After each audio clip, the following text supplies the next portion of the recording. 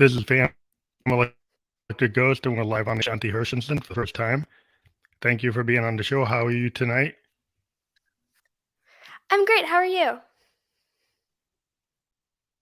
I'm doing fine, and I live in New Hampshire, so it's a little cold here, but I like the snow.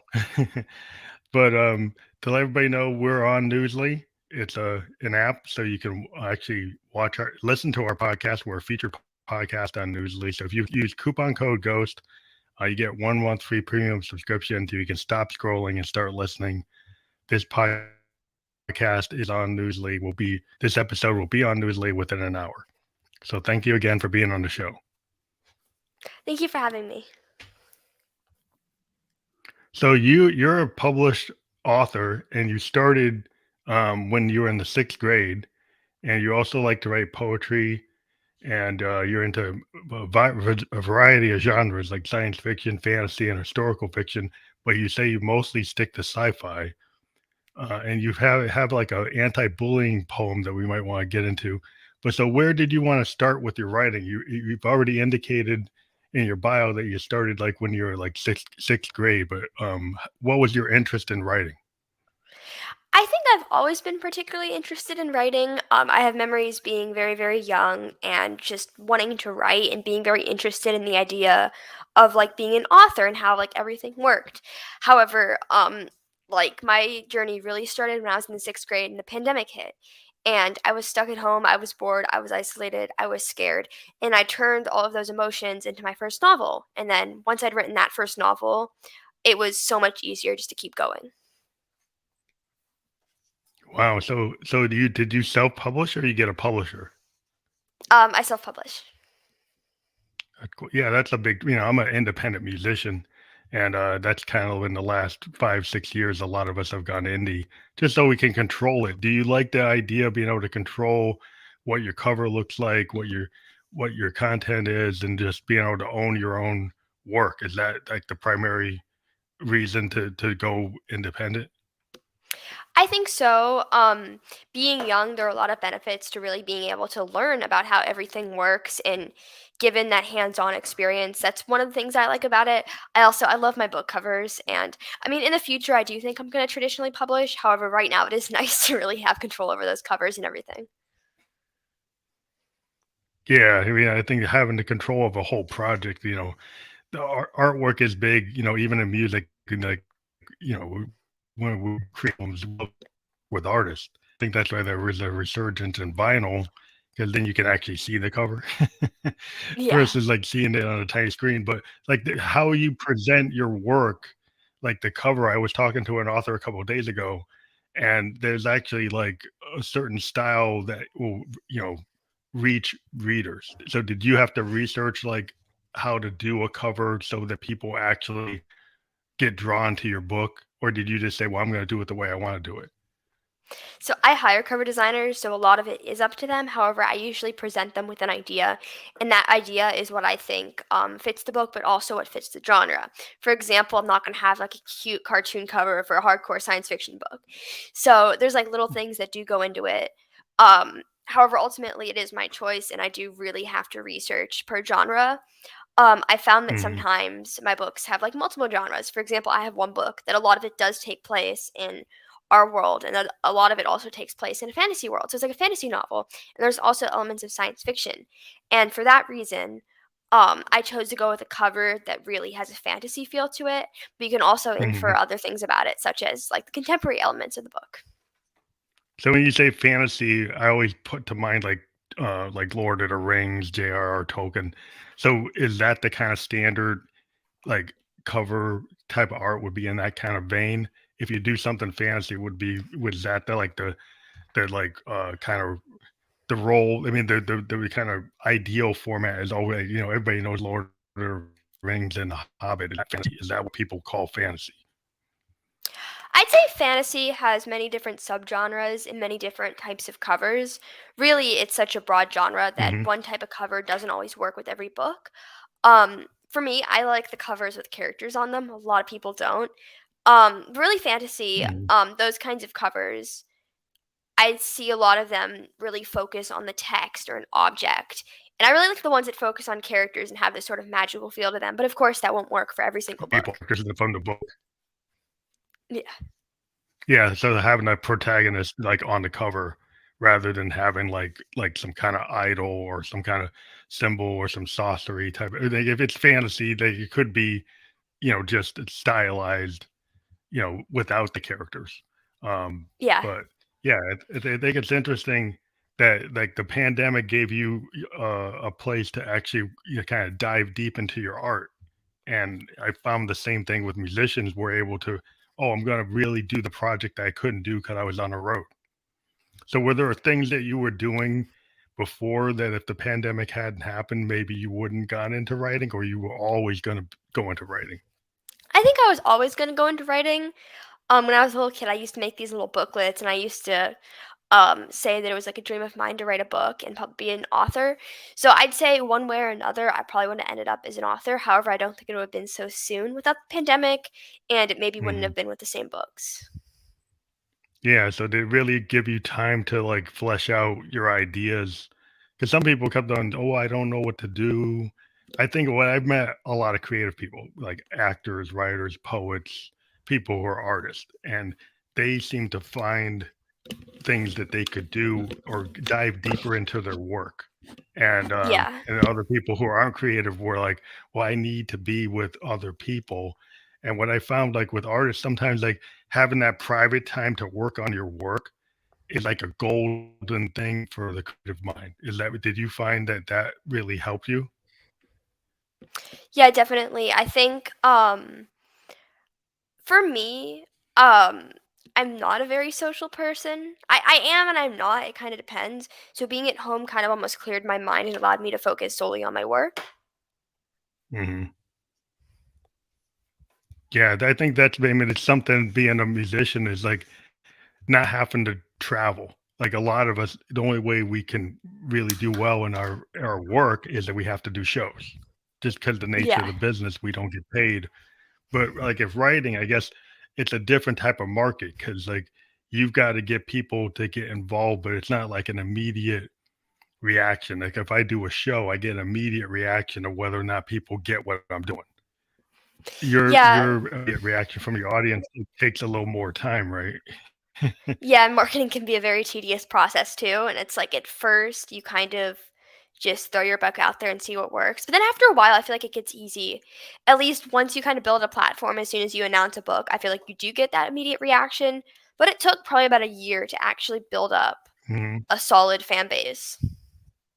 Build up and do you have to like do online like I guess because you can't do like book signings as much but you couldn't initially and maybe you can now. Do you do like conventions and book signings and comic cons or fantasy cons or is that how you I market? do now.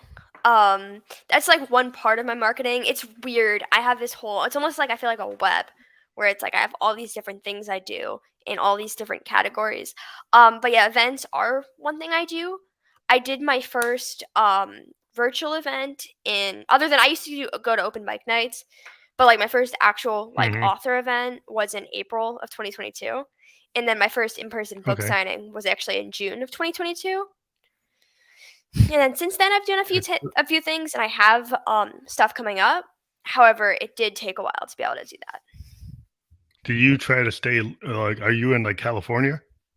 Yeah. So do you stay in California to do most of your marketing or do you go out of state?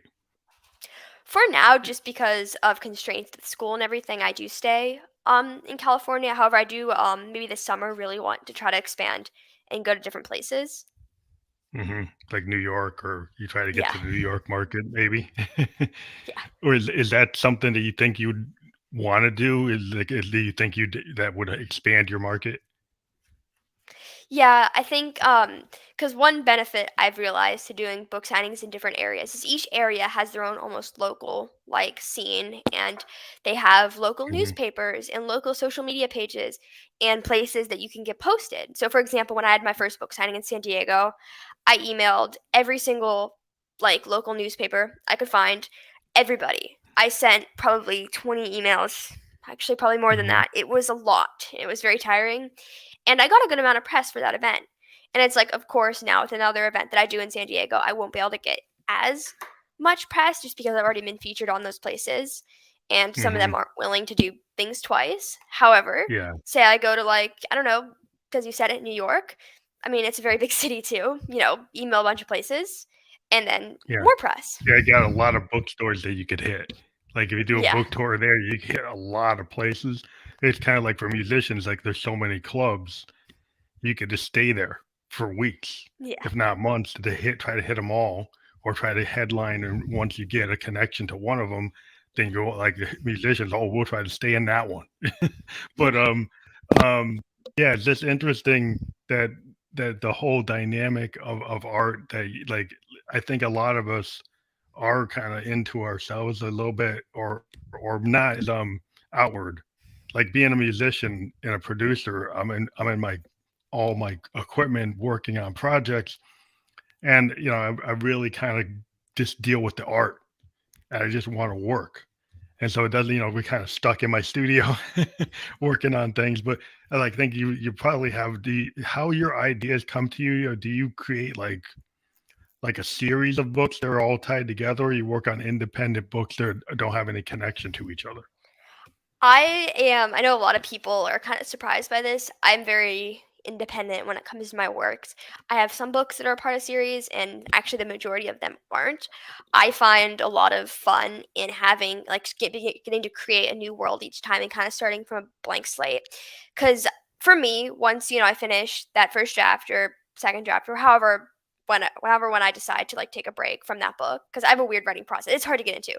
But for example, whenever I decide, okay, I'm done with this, then almost having to go right to the sequel can be a little challenging because I'm tired. I've already been in this world for a while and these characters, and I actually like to kind of refresh and move on. There's some books, however, that I've really just actually enjoyed being in those worlds so much that I've been like, all right, time for the sequel. And then there are other books that it's like, I still need to write a sequel for.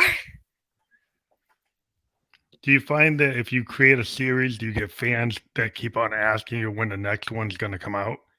I Do do. they do It's they are the fans kind of who are into the series? I've heard that fans of books into series are kind of some of them want to wait until their whole thing's done, or some of them are just really anxious for the next one and are always asking when is it coming out.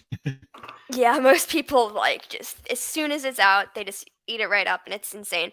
For example, I have this book Never Dying right here, and then its sequel, um, Never Taken, and Never Taken has been out for about 2, 3, 4 months, maybe not very long. It's still a very new book. It released in Hmm. November, actually, like almost December. It released on November 30th. So I need to start the sequel, but I ended that last book in a very interesting place, so I have to figure out how to actually like, how do I explain it? Like I have to figure out how to like pick things back up and figure out how I can get these characters out of the scenario. And I have to do it at some Hmm. point. I'm just kind of lazy. And everyone's like, Shanti, when's the next book coming out? It's like I have so many more planned releases that need to Yeah. come out before that one. Well, that's interesting that you have a really strong drive to write where you've got like a bunch of things going on at once. Do you have like multiple projects kind of happening parallel, or do you go from one to the next? Do you like work on multiple books at once? I usually work on it's weird. I say I work on one book at a time, but that's not entirely true. I say I'm always writing a book and I'm always editing a book. Sometimes I'm writing one book and editing two books because I have books in Hmm. different stages. So for example, sometimes I have one book that I'm drafting, another one I'm doing like the second draft for, and then like another one that I'm working on like final edits for. Okay, yeah, it's like so you got a lot of things going on. Like, I think musicians end up in the same kind of scenario. We'll have a bunch of songs that are done, other ones in demo state, and then other things like in kind of pre-production, or you never know because you're working on things things just come out of the woodwork. Have you ever had a situation where you're working on something and then a new idea comes, and then that becomes like, oh, I want to do this instead, I want to focus on that, and then you just say, well, I'm going to go to this new whole set, and I'll do the rest of the stuff later. Yeah, I tend to have, like, while I'm writing, it's usually about the midpoint of the book, or perhaps kind of like the later stages. There's always a point in every book I write where I'm like, oh, I'm so tired of this. But there's always still stuff I'm excited to keep writing with that book that I don't want to, like, I really cannot stop writing a book. Like, I have to do it. It's really fun. Not really. It's kind of like, it would almost be better if I could maybe stop writing books sometimes. But like, I just always have to finish the one I'm working on before I can start. So there's usually a point. It's anywhere between 30,000 words in, sometimes even 20,000 words in, to like 50, 60,000 words in, where I'm like, I'm so close to being done, but I don't actually realize I'm so close to being done. So like, I'm really far in, but I also feel like I have so much more to go, and usually I really don't. And at that point in the book, I start to have my ideas for my next book, and that's really a good thing. I'm really actually Well, happy that's about the fact cool. that I can just like generate new ideas like that. But those ideas are often very exciting. Um, if I think the idea is like really, really, really strong and I really want to save it, I write it down, everything, put it aside, and be like, okay, well, I'm gonna do this next or Hmm. whenever. If there's something I really, really like about it, but it's also like it's more generic, I might try to incorporate it in the book I'm writing. That's actually a tip for like more earlier on because if you're like really late in a book and you're like, I want to do this, and something like really, really big that's like for kind of something to introduce in the beginning of the book, that can be kind of difficult. But that's like one strategy. Hmm. Yeah, I think it's really interesting, the creative process, that you actually just want to complete, so you don't want to like go and jump and put it on the shelf. Or some musicians sometimes they can be working on something, and if something new comes, they'll just drop the whole other project. They'll just say, "Oh, this isn't it anymore," and just shelve it and actually start something else because they think, "Oh, this new thing is really it." And Yeah. it can happen all different ways, but that actually happening a lot with musicians where you if you're in the middle of something, you want to finish it. You don't want to say, "Well, I'm gonna drop it. I'm gonna." You want to complete your thought, right? Yeah, because like the problem with writers is they're writing in book and then they get super excited by the new idea and they abandon the old idea. But then what happens when like a new idea comes along? And it ends up becoming this sort of pattern of like only writing maybe half a book or even less because this like new idea comes along and there's ways around that. I feel like Hmm. that's the biggest reason why people one of the biggest reasons why people don't finish their book is because they get distracted and they move on. So you think that having that focus helps you actually get to completion, and you're have so many things that you've completed, you've got a good strategy where you found a way to be productive. Yeah. That's cool. Which I think it's always important because you get people like who'll be working on an album for like 5 years because Yeah. they just can't get it done. It's like, well, it's like you have an endpoint and you know how to be effective and efficient in terms of like you want your idea to be flushed out, but you're not gonna rush it. You're gonna just basically, I think people say like serve the song. So you want to serve your book, right? You want to Yeah. make sure you put everything into your book that's going to actually serve the full concept of your story, right? Yeah. Now, do you use editors or your friends to help you, or have you been able to? How do you navigate that? Yeah, I have a writing coach who doubles as my editor. Oh, that's cool. Because I've heard people have sometimes like writing groups, and then they can work with the group, and then they get group opinion. But if other people have trusted people who are their editors or they're just like a trusted friend that always gives them good advice. And did you initially have that kind of support when you first started writing, or did you like find out how to get to that?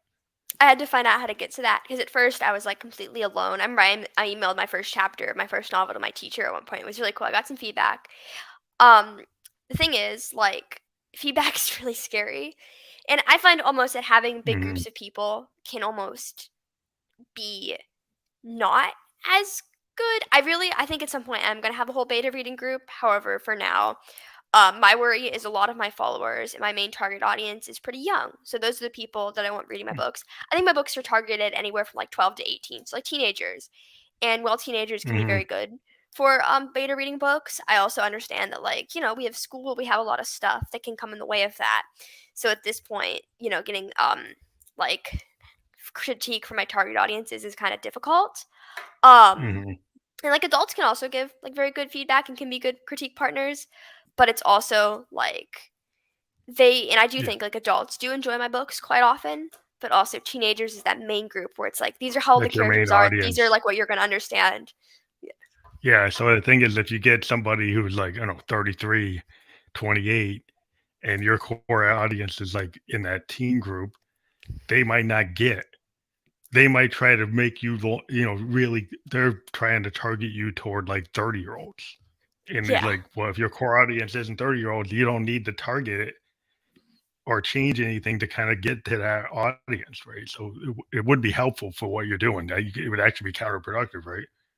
Yeah, and like a big problem too is like people who aren't a part of a target audience tend to complain. For example, I had someone complain once the characters are too immature. And it was an adult, and these characters are, of course, 13 and 12 and 13. It's like they have to be immature. That's how they need to grow. And it's like a That's where they'd teenager be. isn't going to have that same like response because they're going to understand like this is how people that age are and this is how they're going to grow. So you're making relatable material. Like, if you have, if you have a certain type of music that's relatable to a group of people, they can say, well, that doesn't make sense to me. But they, within that community, within that genre, it makes sense to people. Yeah. EDM music makes sense to EDM people. If you go say, well, a pop music person, well, I don't see the hook, or I don't see this, and I don't see that. Well, that's not, you don't see it because you're not into that genre. Yeah. So yeah, it's good that you understand your audience and you didn't get pulled away from your direction. I think that's the cool thing about like do it yourself or kind of like and people who are independent minded. You get to create your work and then it can start to stand in the world. And what I've seen with independent work, from people to being poets and painters and everything, is like a lot of people sometimes will never present because they're trying to match something else. And Yeah. what I like about people who are very creative will take the risk that the work they've done is actually going to find a target audience because it will speak to somebody and then they will start to build. You don't always have to mirror somebody else that's already successful. Yeah. Exactly. So yeah, so I mean, are there people that inspired you? Are there certain artists that, I mean, like writers that you were inspired by? Not that you're trying to like mimic them, but like they gave you like your aesthetic, or maybe they feel I guess you're influenced by them. Definitely a lot of different people I can think of. Mainly authors of books I read when I was like very young, particularly in like elementary school, because those are the books that ended up shaping my preferences as a reader and as a writer. Other Hmm. than that, it's like it's so hard to give a specific answer because there's so many people I could list. Star Wars is one of my favorite things growing up, and it still is one of my favorite franchises. And because of that, I feel like I've been very influenced by like the aesthetic of space and how like complex Hmm. and really interesting some of the characters Science are. fiction. Yeah, Hmm. that was like my So introduction more to of a science fiction. so you're more of a Star Wars person than a Star Trek person, Yeah, or does Star Trek? Because some people are like more. I'm a child of the '70s, so Star Trek was kind of before Star Wars, but I still was there in '77, '76 when it showed up, and it was a big, massive, like explosion to be a young kid. It was like because you had Star Trek, you had Spock, you had things like that, but then you saw something that was at a different level, and then you're like, wow, that's what a space opera can be. And then, as a kid, I was like, wow, we were so into it. I mean, I think I probably saw the first Star Wars movie as a kid when it came out in the theaters. I probably saw it 6 times. And that's what we were so blown away by it. We just keep on asking our parents, can I see it again? Can I go see it again? Because, so I get the kind of, it's interesting that your generation's still affected by it. yeah, I'm definitely a Star Wars person. That's really interesting because that's from a 1970s idea that's still getting inspiring people today, which is really cool. So like when you I think I'll flip to one topic because it was interesting to me. Is you wrote some a poem about anti-bullying. Can you kind of speak to that? I think I was trying to find the name of it, looking up your information, but maybe you can speak to that song, that poem, trying to find it. Yeah, so When I was in middle school, I got bullied pretty badly, and I used poetry as a way to cope and as a way to express my emotions. And I wrote several different, I probably wrote actually hundreds of poems during that time, and there were a couple that were very influential and very impactful. One of these was Needles and Thorns, and it was about how I Yes, felt the my one. school administration. Yeah, it was about how I felt my school administration wasn't listening to me, and how things were just getting really bad, and how like our school was basically in absolute denial that there was a serious problem.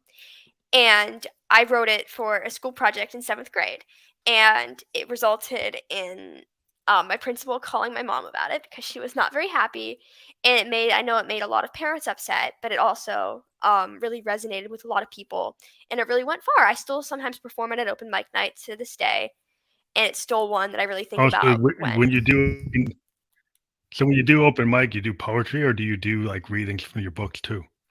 I do poetry. Yeah, that's a really cool. Have you ever thought of maybe taking your poems and working with musicians and turn them into songs, or are they straight poetry? I've thought about it. My mom always says like I should do that. It's like I just don't know which poems because I have so many. I think I could definitely write songs if I really tried. Hmm. I can't really sing. I can't play an instrument. So Hmm. But you always be the writer. I mean, there's a lot of musicians that can't write, you know, and they're yeah, looking for really good material. And so, like having somebody that can write, like if you think about like Bernie Taupin and Elton John, yeah, and Bernie Taupin was the writer and Elton John's the singer. So like yeah, a lot of times, writers you can find a way to get into it if that's your interest. It seems like you're really into novels, but the yeah, fact that the way you when you mention poetry, because that's always every musician I've ever talked to, every singer songwriter, they always say they started with poetry. yeah. I The think poetry is poetry always and like a part of it. So, yeah, poetry and songwriting I feel like are very similar at the core. Just songwriting can be more. I was about to say songwriting can be more musical, but it's like obvious. yeah, well, it kind of starts to tell a story and then creates what I call a sound painting, Yeah, which is kind of like the way movies are.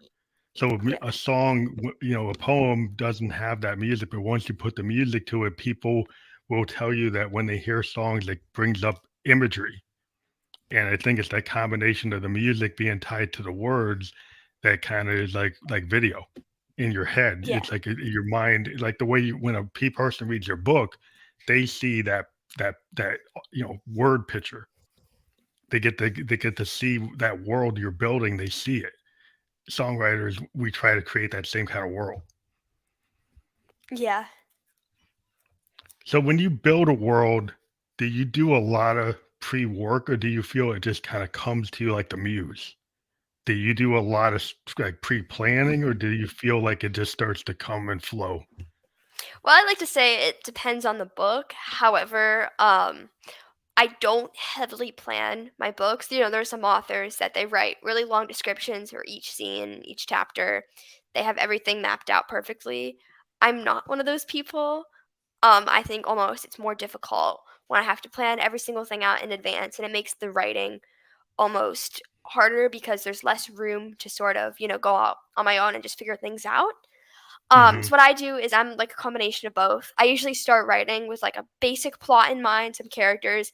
Sometimes I know how it's going to end, other times I have absolutely no idea.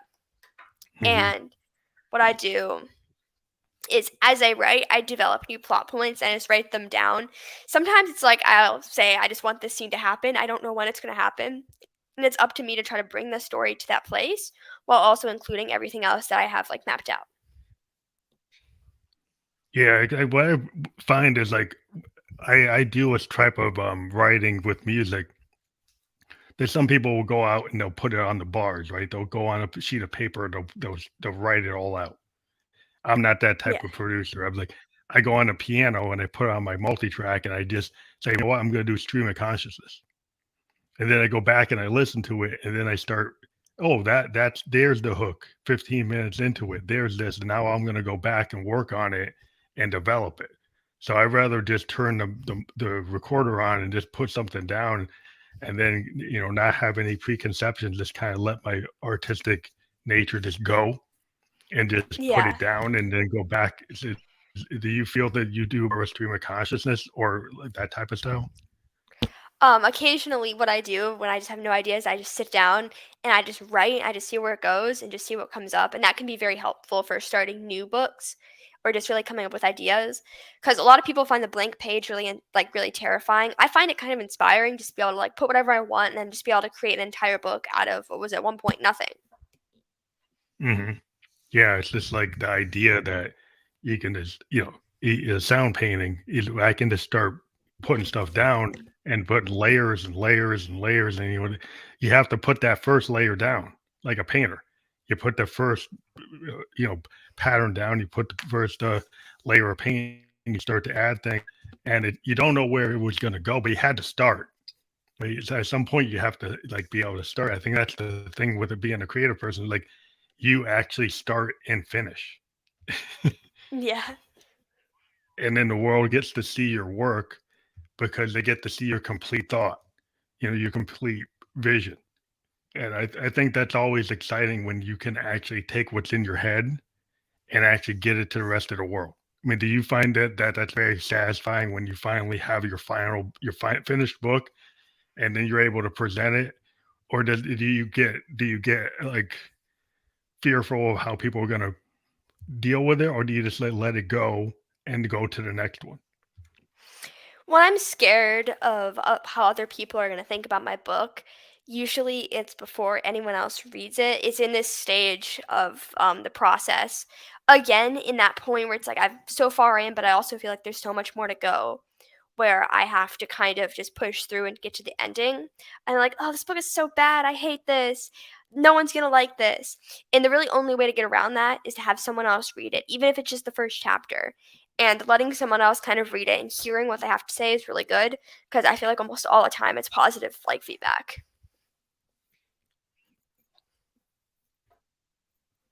Yeah. So yeah, I understand that because like when you go to have people listen to something, that's new, or if you're a painter and you want to show somebody your work, you don't know like is this terrible, is this not? You get all that kind of fear. But as you get more books under your belt, do you feel like you get more confident about like that you feel yeah people are gonna understand this? Yeah, with every book I write, it gets easier, and also with every book I write, my writing gets better. If you look at like the writing in the first book I ever wrote to the like one I'm currently writing, it's so much better. And really, it's like, everyone's like, well, I want to be a better writer, but I'm such a bad writer. I can't write a book. I'm too bad. It's like the only way to become a better writer is to keep writing. And of course, you can do this by doing like writing exercises or writing short stories. However, really writing novels, I feel like there's such a significant improvement, even from like the first chapter to the last chapter of like that first draft. Yeah, I think I think as an artist, the more you do it, the better you're gonna get. I mean, it's just that Yeah, like it's like why we rehearse. Like so for a writer, you don't rehearse; you just keep on writing, right? yeah. So do you feel like you have to go and get additional like training, or do you just feel like as a writer, the training is just to do more work?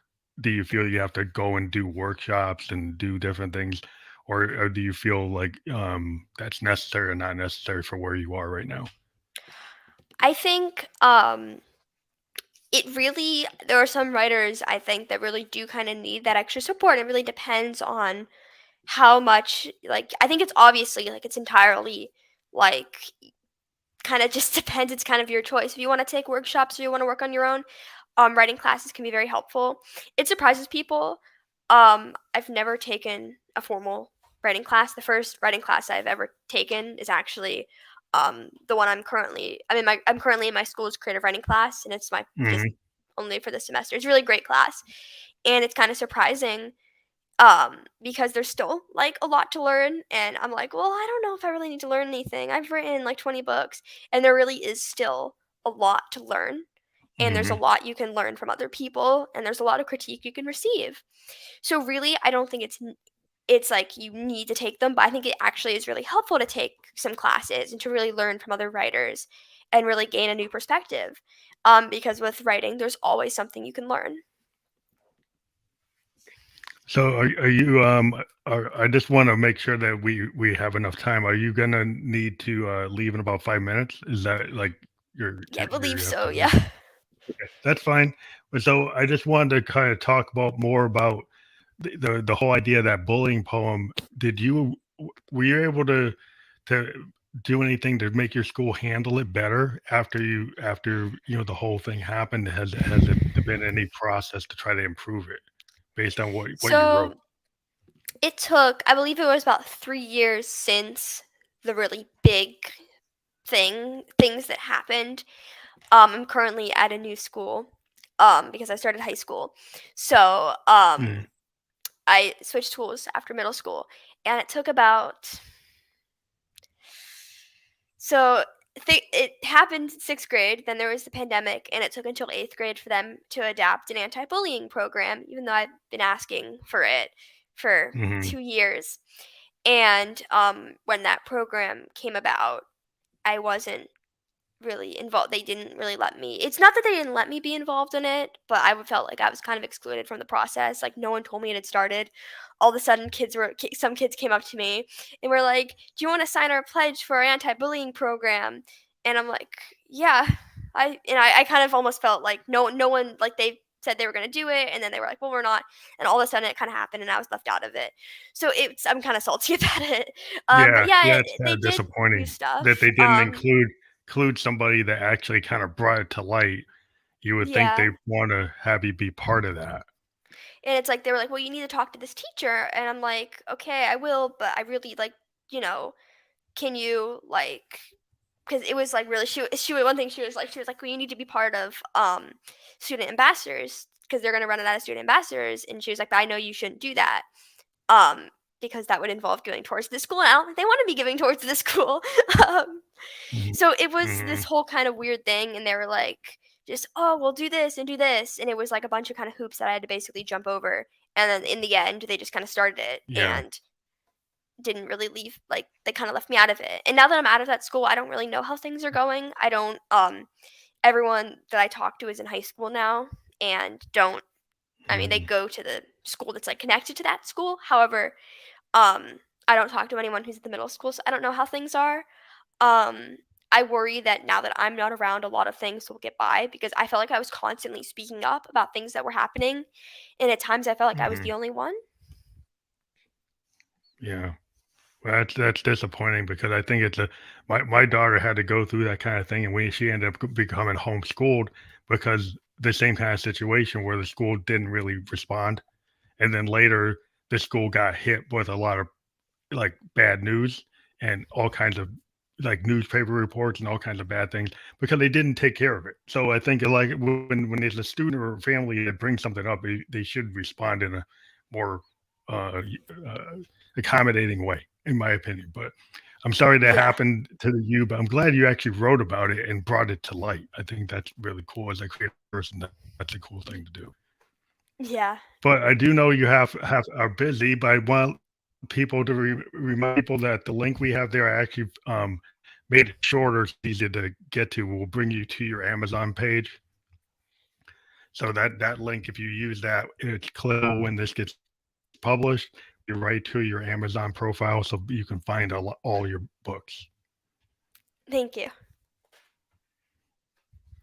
So again, thank you for being on the show tonight. I know you're busy, you probably have another appointment, but yeah, I love being able to talk to new people all the time. I do encourage people to go out to the link that we see below, thefound.e/Herson,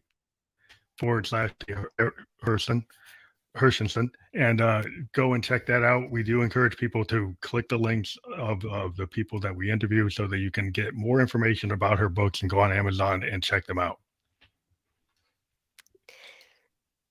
So thank you again for being on the program. Thank you for having me. Have a good night. Thank you. You too. Bye. Bye.